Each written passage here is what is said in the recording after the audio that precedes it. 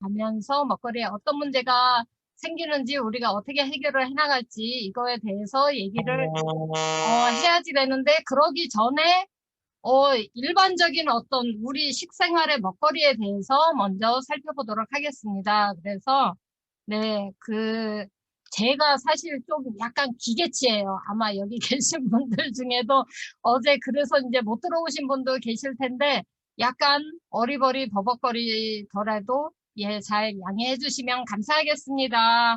일단은 먼저 동영상을 보고 시작을 하도록 할게요.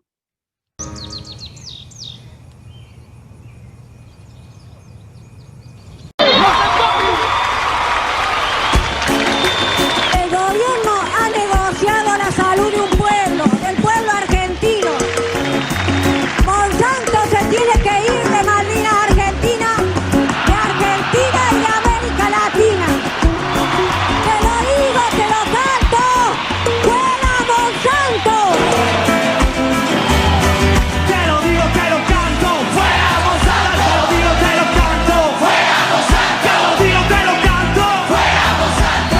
Sofía, veo un mal con ovario resistiendo en la vida. Me sumo con mi letra disparando con mi rima. No puedo bancarme que en América Latina me sigo al mismo salto, dale. Te lo digo, te lo canto. Fuera Monsanto. 하지만 2015년 3월 20일 세계보건기구의 국제암연구기관이 세계에서 가장 많이 팔리는 글리포세이트를 비롯한 5가지 제초제에 대한 과학적 평가를 발표했습니다. 그 요약본이 저명한 의학학술지인 란셋 온콜리지에 실렸고 그들이 검토한 모든 연구가 실린 논문집도 곧 발간할 예정입니다.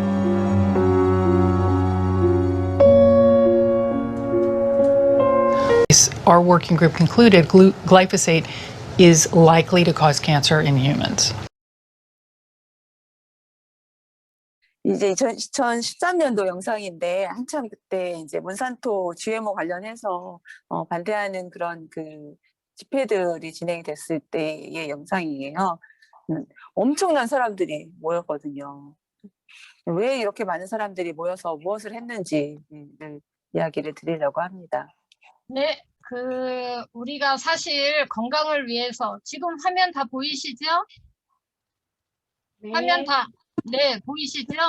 네, 네, 보입니다. 저희가 우리가 삶을 살아가면서 영양분을 섭취를 해야지 생명이 유지가 될 수 있는데 그 영양분은 주로 이제 음식을 통해서 먹게 되죠. 근데 조금 아까 영상에서 이제 보다시피 거기에서 굉장히 중요한 2가지 문제가 나오거든요.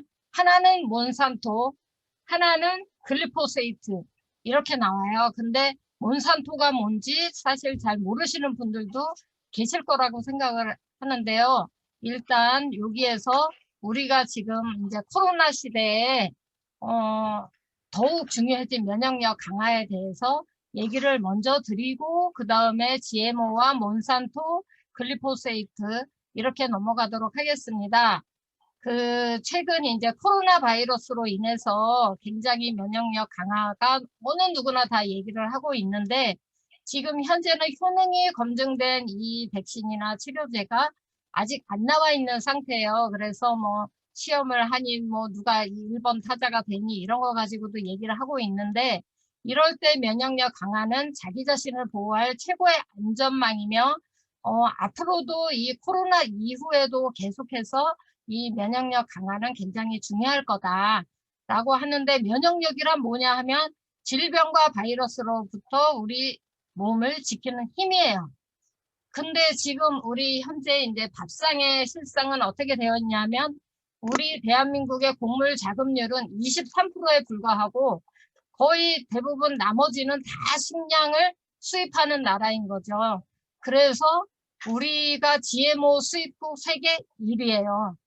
근데 이 GMO라는 게 뭐냐 그럼 라고 했을 때 유전자 변형 식물이라고 생각을 하시면 돼요. 그러니까 어떤 이 식물이 있을 때 그 중에서 필요한 것만 뽑아서 유전자를 변형을 시켜가지고 다시 새로운 어떤 종자를 만들어내는 이런 건데 예를 들면 뭐 추위에 약하다던가 병충해에 약하다던가 이런 것들을 그런 거에 이제 강한 이 식물로 유전자를 변형 조작을 해서 만들어내게 되는 거죠. 그러니까 우리나라에서 이제 주로 수입을 하는 게 콩, 뭐 옥수수 이런 것들인데 우리가 주로 많이 먹는 된장, 간장, 뭐 청국장 이런 거 말고도 식용유 이런 문제가 다 GM 콩으로 이렇게 우리의 식탁을 장악하고 있어요. 그래서 우리는 어떻게 되냐? 이 지금 당뇨, 고혈압, 암, 치매, 뭐 불임, 그다음에 뭐 무정자증 뭐 여러 가지 병들이 계속 들어가고 있어요. 여기에서도 표에서 보시다시피 자폐증이 이렇게 점점 늘어가고 있고 그다음에 빈혈 환자 수도 이렇게 늘어가고 있고 유방암, 치매 이렇게 늘어가고 있는 이유가 그 1999년에 이제 GMO 식물을 수입을 하면서 이렇게 이제 34가지 질병을 급증을 시키고 있다. 이분은 이제 너무 이 GMO 제약을 보면서 통곡이 돼서 이제 이런 책까지 쓰신 거고, 아까 거기 동영상에서도 보신 것처럼 우리 국민의 건강을 팔아먹고 있다. 이 정부가 지금 아르헨티나에서 이제 하는 얘기인데, 거기뿐만이 아니라 우리 이 대한민국도 거의 다 이제 팔아넘기고 있는 거죠. 그러면 뭐가 문제가 되냐 하면 몬산토에서 만든 이 제초제 라운드업이에요. 이 라운드업은 글리포세이트가 이제 주성분인데 이게 왜 그렇게 됐냐 하면 몬산토가 사실 월남전에서 고엽제 많이 아시죠? 그리고 2차 세계대전 이후에 우리 살충제로 주로 쓰였던 DDT 이런 것들을 만든 회사가 바로 몬산토예요. 이 제초제를 팔아먹음으로 해서 여기가 이제 부자가 되는데, 그러면 이 제초제를 어느 만큼 뿌리냐 하면은 수확 전에도 밀밭에 이렇게 뿌려요. 그리고 아마 많이들 보셨을 텐데 미국의 그 뭐 망망한 이 들판에 심어진 이 모든 곡물의 비행기로 그냥 싹 다 이렇게 뿌리게 되고, 그러면 이 식물들이 자라서 이 제초제를 다 먹고 자라는데, 여기에서 이 제초제의 특징은 뭐냐 하면 풀들은 다 죽여요. 그러면 뭐만 살아남냐 하면 몬산토에서 만든 그 유전자 변형 식물들만 살아남는 거예요. 이래서 이제 문제가 그 아까처럼 그렇게 34가지 질병을 계속 이제 발병을 시키는 거죠. 그래서 우리나라에서도 아까 아르헨티나 못지않게 2016년 세계 몬산토 반대 날로 해서 이제 광화문에서 이렇게 행진을 했었고, 그 다음에 이탈리아 여기 농부들도 밀 수입에 반대를 해서 이렇게 항의를 하고 있고, 그런데 이게 왜 쉽게 안 바뀌냐 하면 그 우리나라 정부 관리들이 몬산토, 그러니까 GMO 장학생이라고 생각을 하시면 돼요. 그래서 결국 GMO 장학생은 뭐냐면 몬산토 장학생이에요. 몬산토는 한쪽으로는 제초제를 팔아먹고 한쪽으로는 그런 씨앗을 팔아먹으면서 아주 떼돈을 벌고 있는 거예요. 그러니까 우리나라도 IMF 때 우리나라의 어떤 종자들이나 이 식물 종자들을 참 많이 팔았거든요. 근데 이 몬산토가 갖고 있는 게 굉장히 많아요. 우리 식탁에 올라오는 거에 대부분은 몬산토에 로열티를 내고 우리나라에서 재배를 하는 거다, 이렇게 생각을 하시면 되고, 그 정부 관료들이 이렇게 지금 몬산토 장학금을 받고 자라서 나중에 이제 서울대를 나와가지고 또는 뭐 스카이라고 불리는 이런데 이제 장학금을 받고 나와서 정부 관리가 되고, 그리고 이렇게 대학생들이 서포터즈를 하면서 몬산토 이 홍보를 하고 있고, 이러면서 사실 우리의 식탁은 이제 변해가기가 굉장히 힘든 거죠. 이런 어떤 일상적인 문제가, 우리 식량의 문제가 계속해서 있었는데 지금 이제 코로나로 인해서가 아니고 우리가 그동안 너무 저렇게 뭐 제초제 뿌리고 뭐 살충제 뿌리고 뭐 이러면서 땅이 거의 다 죽어가고 있는 거죠. 그러면서 온실가스로 인해서 기후 위기가 닥쳐오고 인간들이 너무 많이 무질서하게 쓰고, 소비하고, 이러면서 이제 지금 코앞에 기후위기가 닥쳐왔어요. 이래서 지금 코로나 바이러스가 우리에게 굉장히 큰 가르침을 주고 있는 거죠. 아, 지금 우리가 생존의 문제가 코앞에 닥쳐 있구나, 라는 거를 이제 좀 생각을 하셔야 되는데, 우리가 그러면 살아남기 위해서는 어떻게 해야 되냐. 그랬을 때 과학자들이 이제 얘기를 하는 거는 화석 연료를 사용하지 않는 쪽으로 에너지 전환을 해야 된다. 어제 이송란 님이 이제 그 얘기를 많이 하셨고요. 그 다음에 두 번째로 지속 가능한 먹거리로 우리가 전환을 해야 돼요. 그래서 더 이상 이제 탄소 이 예산 내에서 우리가 생산을 해내고 식량도 그런 데서 생산하고 소비를 할 수 있도록. 그러니까 지구가 더 이상 버틸 힘이 없기 때문에 이 한도 내에서 생산하고 소비하고, 그래서 우리가 먹고 있는 어떤 곡물이라든가 또는 육식이라든가 이런 것들을 다 이 안에서 생산, 그러니까 방식을 바꿔야지 되는 거죠. 우리가 먹고 있는 소비도 마찬가지고. 근데 육식에 있어서의 문제는 뭐냐면 이 육식이 다량의 온실가스를 배출을 해요. 그래서 지구 이 시스템을 지탱을 해주는 이 숲과 토지, 해양까지 다 파괴하는 주범이에요. 왜 그러냐면 이 카본 싱크라고 하는 게 있는데, 여기 소고기 생산을 1kg를 생산을 해내는데 16kg의 곡물이 필요해요. 그래서 열대우림이 20%가 이 소고기 생산 때문에 20%가 파괴가 되면 앞으로 이제 더 큰 재앙이 닥쳐오게 되겠죠. 그래서 가축 사료 재배를 위해서 우리가 갖고 있는 나무와 흙, 이 카본 싱크가 점점 사라져 가고 있어요. 근데 여기에서도 이렇게 보시다시피 여기 식품 온실가스 배출이 지금 7.6 기가톤인데, 만약에 우리의 식탁을 지금 여기 2050년 11.4 기가톤으로 점점 늘어날 거예요. 근데 채식으로 바꾸면 4.2 기가톤으로 줄어들고, 거기에서 더 완전한 비건 식사로 바꾸면 3.4 기가톤으로 줄어들 수가 있어요. 그래서 우리가 식단을 변화시킴으로 해서 70% 절약을 할 수 있다. 그러면 육식이 배출하는 온실가스량이 어느 만큼 되냐면, 사실 저는 맨 처음에 이 사실을 알고 굉장히 놀랐는데, 보통 우리가 자동차 때문에 발생하는 이 매연가스, 뭐 미세먼지 이러면서 여러 가지로 얘기를 하는데, 그 교통 때문에 발생하는 온실가스는 13.5%예요. 근데 축산으로 발생하는 온실가스가 18%예요. 그래서 우리 열대우림을 왜 방화를 하냐면, 먹이를 주기 위한 어떤 그 풀밭을 자꾸 가꿔야 되니까 나무들을 다 죽이고, 여기 불타는 아마존 보이시죠? 이렇게 해서 일부러 막 태우고 이러면서 67%가 파괴가 됐어요. 그러면 아마존 같은 경우는 사실 지구의 코파나 마찬가지인데, 이렇게 불에 다 타가지고 결국은 모든 생명이 다 줄어들게 되는, 멸종을 할 수밖에 없는, 이렇게 가게 되는 거죠. 그게 육식으로 인해서 벌어지는 게 굉장히 크다.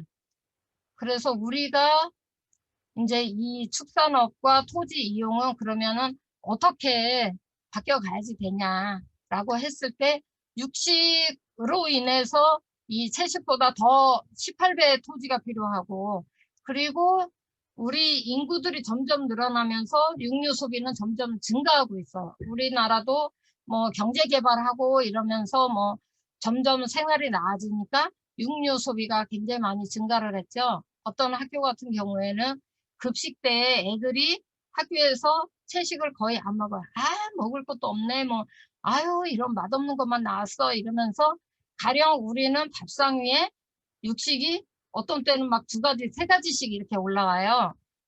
뭐 소고기 볶음을 했는데, 그 다음에 여기는 뭐 닭 뭐 게장국을 한다든가 이렇게 하고 그 한 옆에는 또 뭐 생선 조림을 하고 이런 식으로 굉장히 우리가 육류 소비를 많이 하고 있고 그래서 이 숲을 없애고 불태우고 이러면서 이제 풀밭을 만들고 소들이 먹어야지 되기 때문에 그래서 1990년 이후 사라진 열대우림의 70%에서 90%는 거의 축산업 때문이다.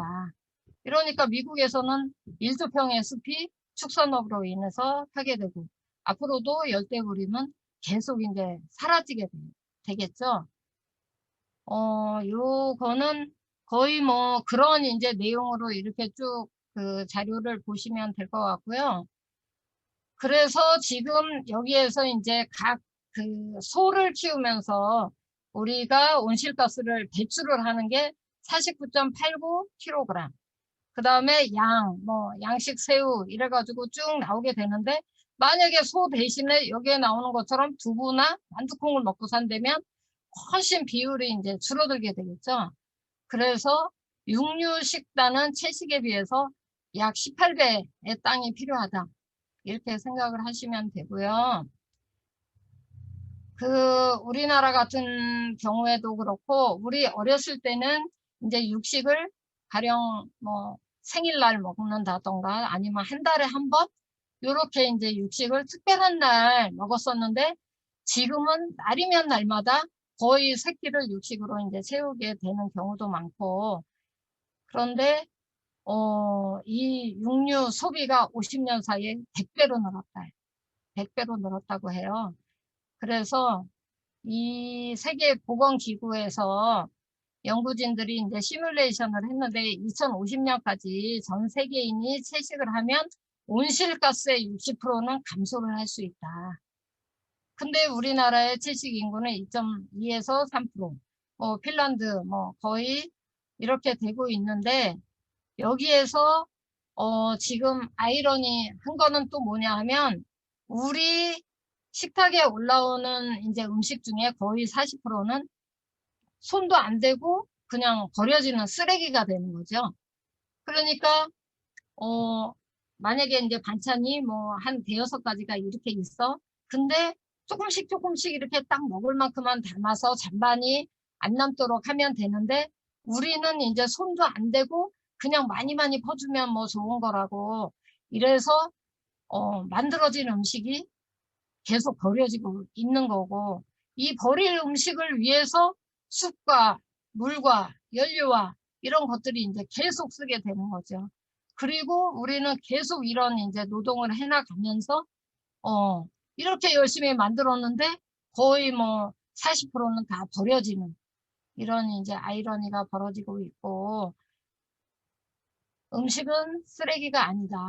그래서 버려지는 음식물 쓰레기 양이 자그마치 1만 5,680톤.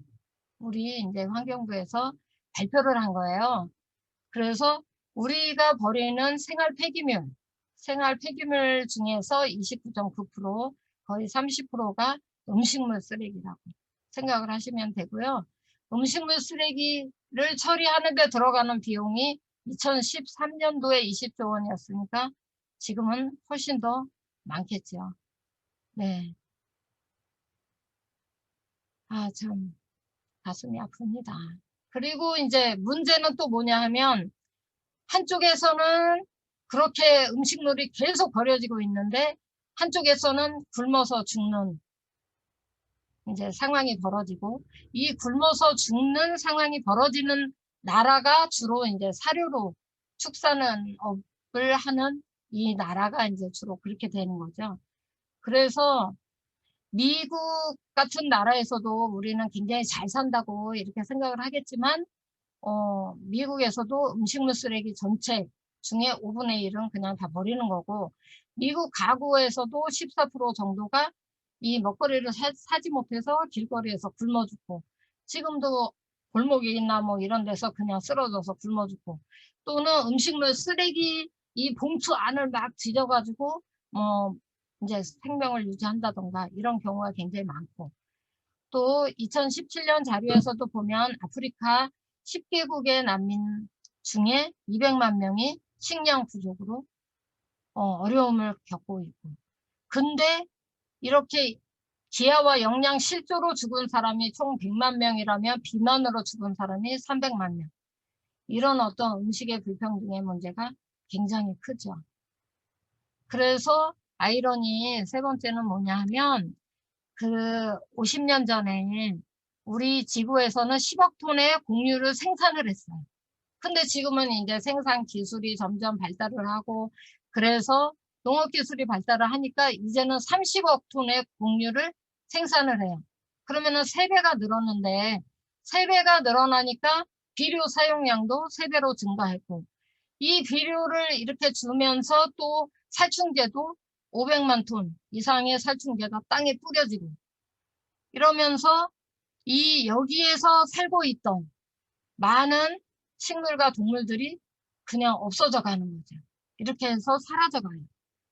이렇게 해서 곡류를 생산을 해내면 그 곡류는 누가 먹냐? 곡물의 90%가 가축의 사료로 이용이 되는 거예요.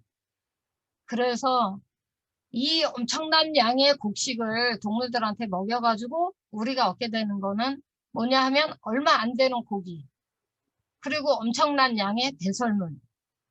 이 배설물은 이제 뭐 가령 아까 온실 뭐 메탄가스 이 소가 뭐 방구를 꾼다던가 뭐 무슨 트림을 한다던가 이럴 때도 굉장히 이 가스들이 계속해서 나오고 있고 이렇게 10억 톤을 들이면은 1억 톤 그리고 배설물 3억 톤 그리고 가축을 키우면서 들어간 어떤 항생제 이런 것들이 동물의 몸속에서 흡수되지 못하고 다시 배설물하고 섞여서 나와서 물속으로 다시 들어가고 그럼 이 물을 또 누가 먹냐면 사람이 먹는 거예요.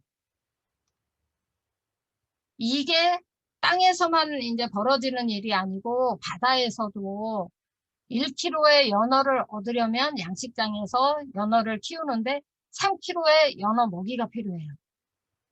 그러면 바다에서 잡히는 물고기 3분의 1 가량이 이제 양식장 먹이로 사용이 되는 거죠. 그래서 작은 물고기들은 점점 더 많이 양식장으로 가서 이제 죽는 거예요. 이렇게 되기 때문에 바다 생물의 이 먹이의 이 생태계도 굉장히 이제 심각한 상황인 거죠. 그래서 대서양 연어 우리는 연어가 굉장히 몸에 좋다고 해서 먹고 있는데 연어의 대부분은 바다로부터 오지 않아요. 양식장에서 길러지게 되는 거죠. 99.99%가. 그래서 우리는 이제 선택을 해야 되는 기로에 서 있어요. 이렇게 그 곡물을 열심히 키워가지고 숲을 파손을 시키고 뭐 이러면서 곡물을 열심히 키워서 동물을 먹일 것인지 아니면 이렇게 사람을 먹일 것인지.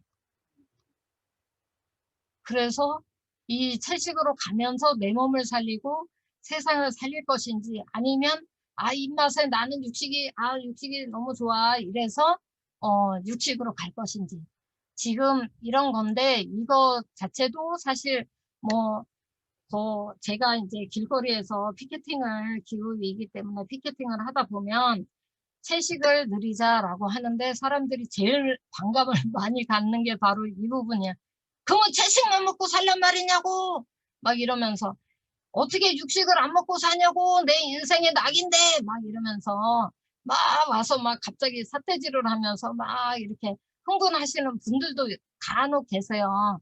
근데 그래서 갑자기 이 모든 거를 바꾸기는 어렵기 때문에 날마다 육식을 먹었다면 이제는 일주일에 한 번 먹는다던가 차츰 그렇게 변화를 해서 한 달에 한 번씩 먹는다던가 예 이렇게 변화를 해나가면 좋겠다는 건데 그래서 이제 프랑스에서는 2019년 11월부터 주 1일 이상 채식을 하고 채식을 선택할 수 있는 권리를 보장을 하고 먹거리 지속 가능성에 대해서 교육을 하고 이러고 있어요. 근데 저는 여기에서 채식 선택권 이거 보장하는 거 이런 거 굉장히 중요하다고 생각을 하거든요. 누구나 이렇게 선택을 할 수 있는데 우리 같은 경우에도 식당에를 가면 가령 저는 흰밥을 별로 안 좋아해요. 근데 잡곡밥을 주는 식당이 정말 아주 드물어요. 그래서 식당에 갔을 때 가령 그러면은 흰밥과 이 잡곡밥을 양쪽에 놓고 자기가 이렇게 선택을 할 수 있게끔 이렇게 하면 얼마나 좋을까. 좀 이런 어떤 우리의 권리잖아요. 당연히 먹을 수 있는 권리인데 우리는 그냥 주는 대로 먹을 수밖에 없는 이런 거가 있어서 이거에 대해서도 이제 보장을 해주고, 그 다음에 뉴욕주 같은 경우에도 학교가 길을 인도한다. 이제 아이들이 건강해져야지 더 강해지는 지구가 될 거다. 그리고 영국 공립학교에서도 주 1일 채식 의무적으로 이제 일주일에 하루는 채식을 하기로 이렇게 정했고요. 포르투갈에서도 법으로 비건 채식 이 선택권을 보장을 하고 있어요. 그리고 이제 뭐 뉴욕시 이거는 이제 쭉 보시면 되고요. 여기에서 보면 교도소 내에서도 채식을 이제 선택을 할 수 있도록 이거는 헌법상 양심의 자유다라고 얘기하고, 군대에서도 장병들한테 채식을 선택을 할 수 있도록 보장하는 규정이 생겼어요. 제가 제 동생이 예전에 한 30년 전부터 이제 채식을 오랫동안 해왔는데 정말 굉장히 이렇게 불편했던 게 들어갈 식당이 없어요. 들어갈 식당이 없고 어쩌다 들어가서 가령 비빔밥을 시키면서 저는 고기랑 계란은 빼고 주세요 이러면 그냥 나와요. 분명히 그거를 막 한 10번 정도는 얘기를 했는데도 그냥 이제 밥이 나오는 거예요. 그래서 막 항의를 하면 아이 몸에도 좋고 그런 건데 왜 안 먹냐고, 사람이 이렇게 까탈스러워서 되겠어 막 이러면서 막 야단을 치고 그러시더라고요. 주방에 계시는 분이 이제 나오셔서 근데 이런 어떤 권리, 나는 가령 채식을 위주로 하는 사람이 있어. 근데 어디에 가서도 내가 자유롭게 이렇게 먹을 수 있는 어떤 권리, 이런 거를 이제 보장을 해주고 있는 거죠. 그래서 많이 이제 아는 분이죠. 여기 우리 아주 그냥 굉장히 큰 역할을 하고 있는 그레타 툰베리 멸종 저항을 이끌고 있는데, 고기를 먹는 건 우리의 미래를 훔치는 것이다. 그러니까 고기를 우리는 뭐 그냥 맛있어서 먹고 뭐 영양에 도움이 될까 해서 먹고 있지만, 그러므로 해서 이렇게 불태워지는 지구, 이런 거에 대해서 숲, 나무 다 불태워지고 그렇게 해서 다 들판으로 만들어서 곡물을 생산을 해내면 그 중에 90%는 다 동물의 사료로 가게 되는 이런 거가 바로 우리의 미래를 훔치는 거다. 이 얘기를 하고 있고요. 그 다음에 빌 클린턴 이제 전 미국 대통령도 채식 교육에 발벗고 나섰는데, 이 사람은 원래 이제 그랬었던 건 아니고 육식 위주의 식생활을 했어요. 근데 퇴임한 이후에 심장 수술을 하면서 이 채식으로 전환을 하게 된 거죠.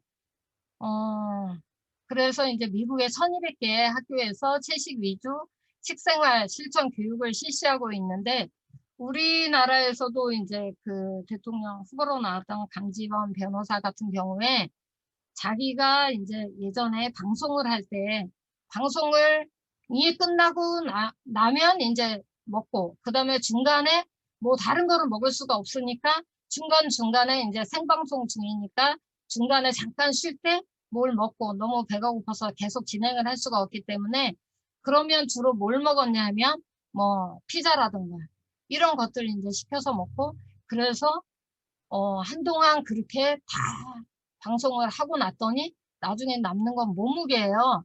그러다가 이제 이 분이 부인하고 같이 스리랑카를 여행을 갔어요. 근데 스리랑카에서 한동안 이렇게 머물면서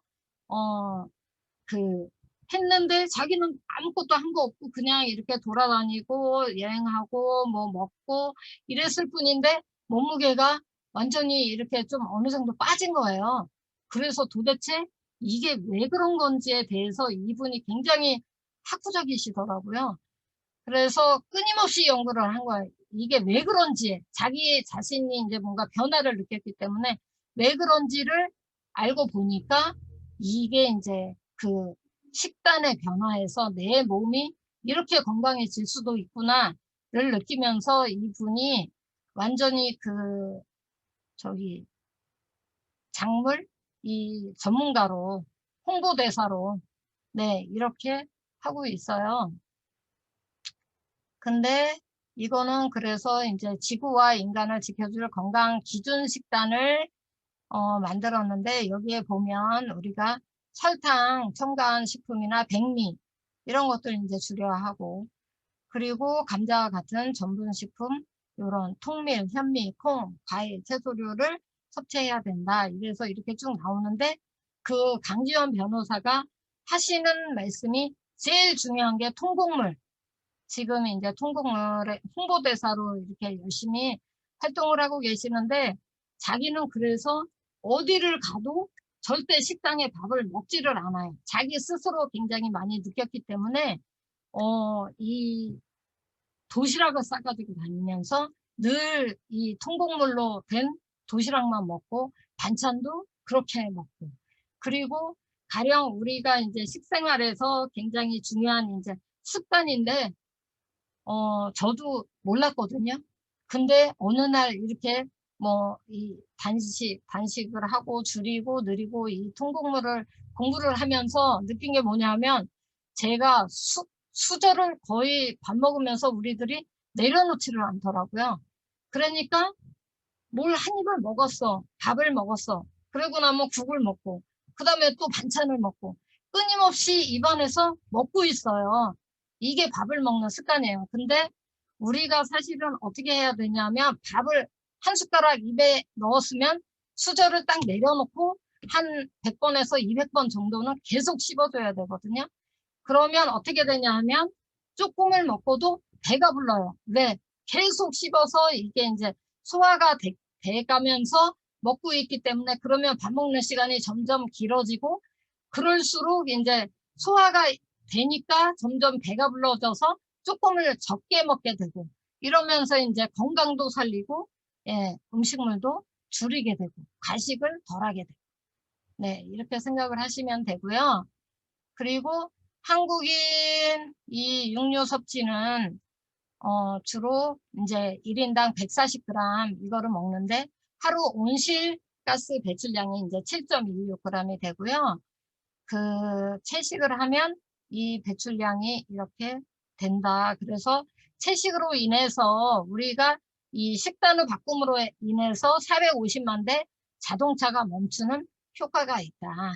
그래서 우리가 지금 이 기후위기에 가장 빠르고 쉽게 실천할 수 있는 두 가지가 있거든요. 뭐냐 하면 식단을 바꿔서 채식으로 바꾸던가 아니면 나무를 많이 심던가. 이따가 이제 끝나고 예, 그거는 우습다해서 얘기를 해주실 거고요. 이 제이미 올리버의 급식 혁명은 뭐냐면 이분이 이제 영국의 요리사예요. 굉장히 유명한 요리사고 이제 방송인이고 그런데 그 가공식품을 줄이자는 거를 이제 계속 얘기를 해서 이 급식 자체를 아예 바꿔버린 그래서 전 세계적으로 굉장히 유명해지신 분이거든요. 그래서 우리도 사실 그 제일 중요한 게 앞으로 자라날 이 미래 세대이기 때문에 어린이들한테 어떤 걸 먹이느냐에 따라서 우리 앞으로의 이제 그 세상이 달라지게 되는 거죠. 그래서 3살 전에 먹었던 이 음식의 맛이 평생 이제 80세까지 간다고 생각을 하시면 돼요. 근데 이제 뭐 3살 이전에는 어렵다고 하면 이렇게 이제 초등학교 때부터 변화를 시켜 나가는 게 굉장히 중요하고요.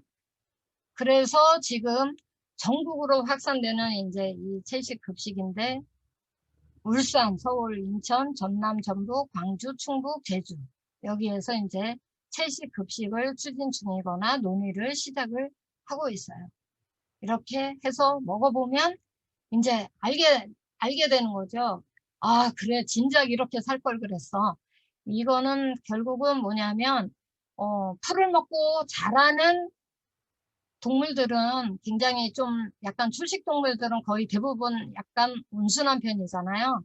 근데 육식을 먹고 자라는 동물들은 거의 이제 좀 뭐라 그러지 힘이 세고 난폭한 이런 경우가 많기 때문에 그래서 음식이 인성을 좌우한다 이런 말이 있거든요. 우리가 어떤 음식을 먹느냐에 따라서 그 사람의 인성이 좌우가 된다. 변화를 할 수 있다. 예, 이렇게 생각을 하시면 되고요. 여기에서 보면 여기는 오늘은 금요일 채식의 날입니다. 네. 그래서 뭐 미숫가루 이 것들도 다 이제 우리의 식단이 이렇게 바뀌어가고 있는 거를 보여주고 있죠.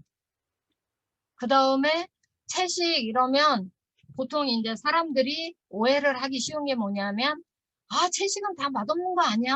아, 그건 맨날 뭐 그나물에 그 밥이고 이렇게 얘기를 하는데, 채식도 굉장히 이렇게 다양한 여러 가지 요리를 만들 수가 있어요.